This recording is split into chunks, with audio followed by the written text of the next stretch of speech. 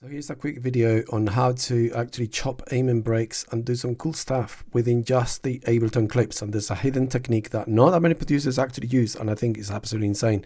Here's a quick example, see what you guys think. So this is just amens, bass and a pad sound from a sample pack, by the way.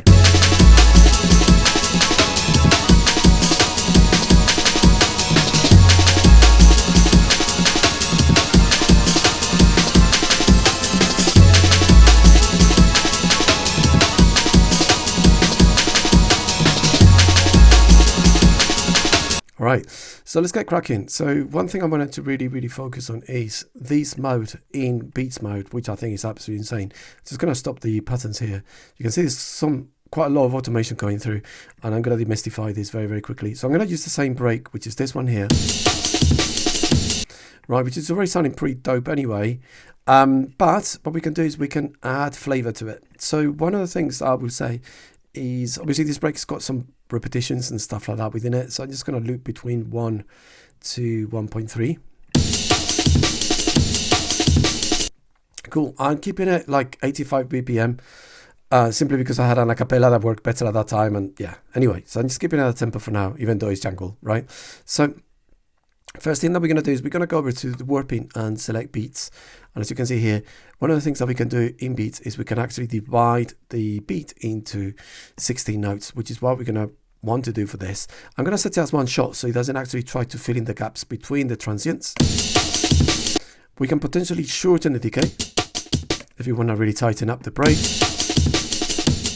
That's not really my intention right now, but one of the things I really want to emphasize is when we're working with beats, especially if you set the grid to 16 like that, make sure that also the grid within the audio is set to 16 as well, so it matches.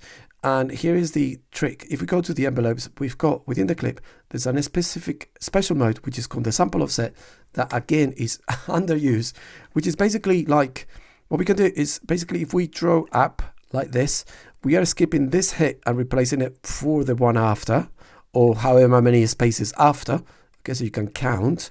And if we draw downwards, it's going to go backwards in time, so it's replacing that hit, and it works across the entire break. The best thing to do is just sort of like play around with it and explore it. So let's have a listen to it. So let's just make some adjustments here until something sticks.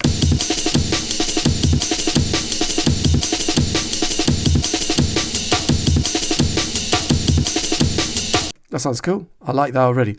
So the key for this is just to unlink the envelope, keep that pattern, and then add variations as you see fit. I'm going to create the pattern that's like maybe 4. Maybe that's too long. Let's just do it so it's like a couple of bars of changes. And then what you could do is you can keep some kind of consistency within it, but add variation in certain elements. So you can see this is repeating. In fact, let me just do it like that so you can actually hear it. So let's just loop it between this.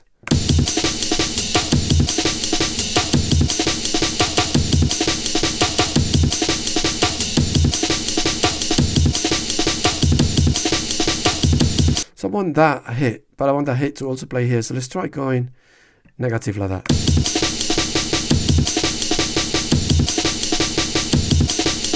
That sounds cool. Let's move on to the next loop.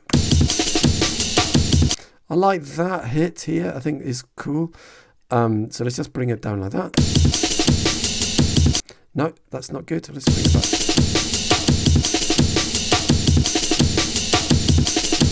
Can I do that like this? Let's just split. Yeah, that's cool. Maybe let's just change the beginning here a little bit just to see what it sounds like. Maybe that's too intense. Let's just play around. Again, you just play around, really. I don't know, maybe I like the previous one. That was quite interesting.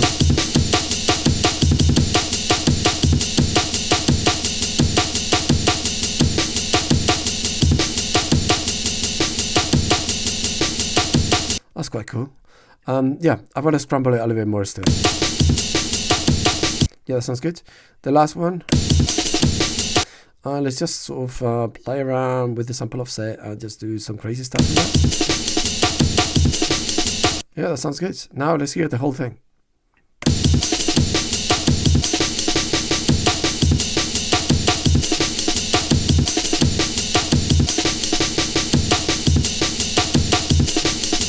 Wicked. And remember, that's just one simple loop there, which is really handy.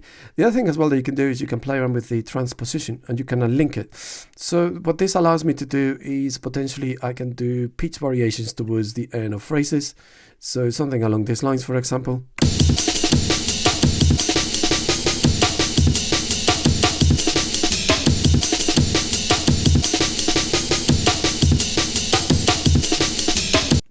Great, and potentially let's duplicate that and do some additional variations here and there, just so it's not always the same. And this is the point. Basically, when you unlink the envelopes, you are free to just apply transformations to the pitch over a long period of time. Although the original sample, it was only literally like, yeah, 2 beats in length, which is crazy, right?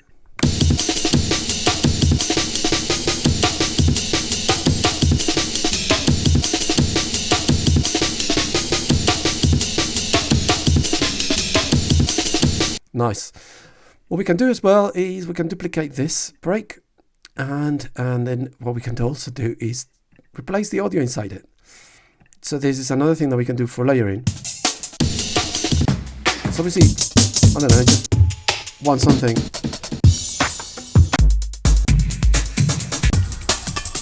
Maybe that. And I just want to loop that section. And remember that everything that we did to the other break is also going to be available on this break, that because all we're doing is just replacing the audio. Maybe that's too crazy. Let's try this one instead. No, that's too... Let's try this one.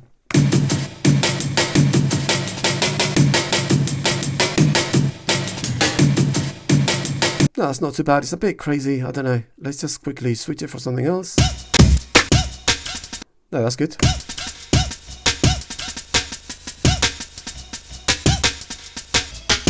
Yeah, I like it. It's kind of broken, but if you play them together...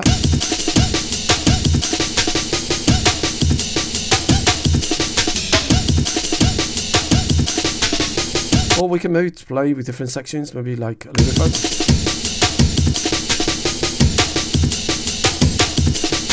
Cool, there we go.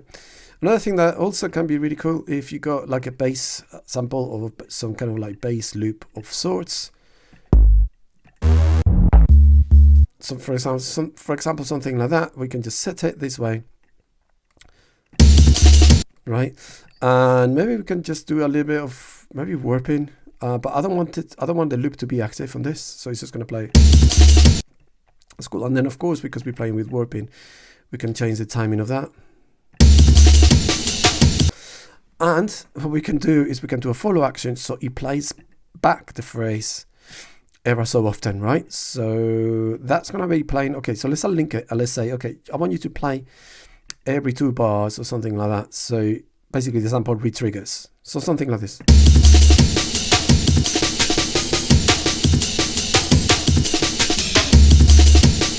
Cool. And then let's get a pad sound, and I'm going to show you something else as well that's really useful with pad sounds. So I'm just going to quickly go into this. Again, this can work with anything. That's quite cool. Let's just play with that. And again, the same technique can be applied to this, and this is when it gets really, really cool. So check this out.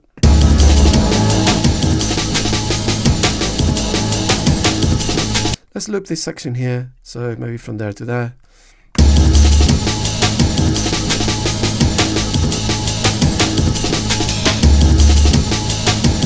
That works. And what we can also do is we can unlink the envelope again. Let's change this as well so it sounds good when you transpose it. Complex Pro. I'm going to use the envelope 100% because we're going to transpose up and down. And I do like to keep some of those glitches that you hear. And let's play with the transposition and then just unlink it. And duplicate this. There we go. Maybe longer. So unlinking the envelope is the key in Ableton. It's absolutely insane. Yeah. It's absolutely wicked. Let's make it 4 bars in length. Let's change this to 1 bar. So I want to make pitch changes for one bar, which is kind of like old school. And that way I can say, for example, I can do something like this.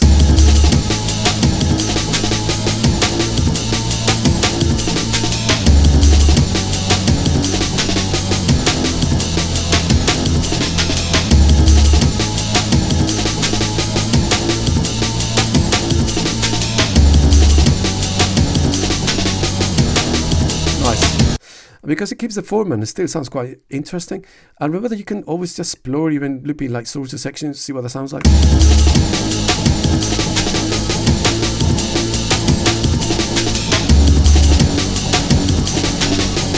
Obviously you want the looping to be like perfect, so that's obviously not good. So let's just make that 16 and let's adjust it.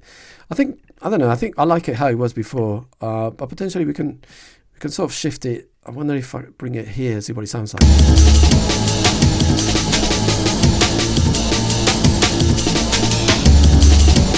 Same thing applies. If I decided to change the pad for a different pad sound, it will keep the settings.